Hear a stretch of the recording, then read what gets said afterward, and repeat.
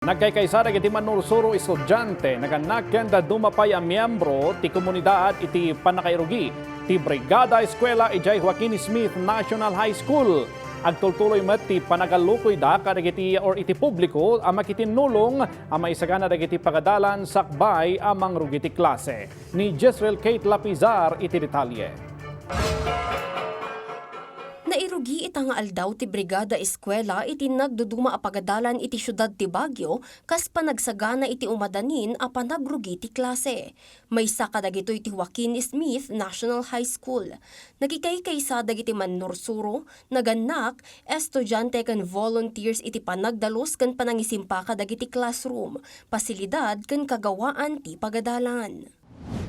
Napakahalaga po na makita po natin ng mga classroom ng mga bata pagpasok nila nakahanda na para sila ay mag-aral.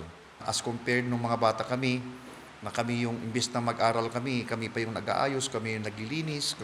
So, ang concern na lang ng mga bata ay mag-aral.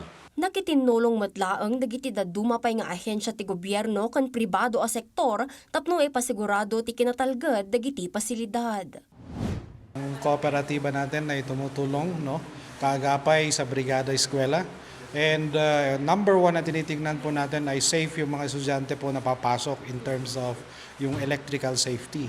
Panggap ti Brigada Eskwela ang may pasigurado ang natalged na dalos kan naanayas ti learning environment para kadagiti agad-adal iti panagrugi ti baro nga school year. Agyamyaman met dagiti school officials iti suporta ti komunidad kan dagiti partner organizations iti agtultuloy a panakipasatda iti tinawan a programa.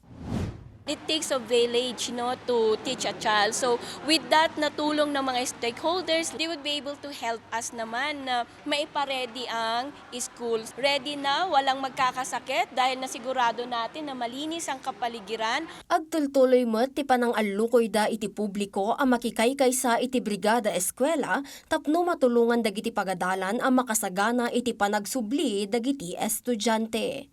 Jezreel Kate Lapizar para iti Pambansang TV, iti Baro, Pilipinas.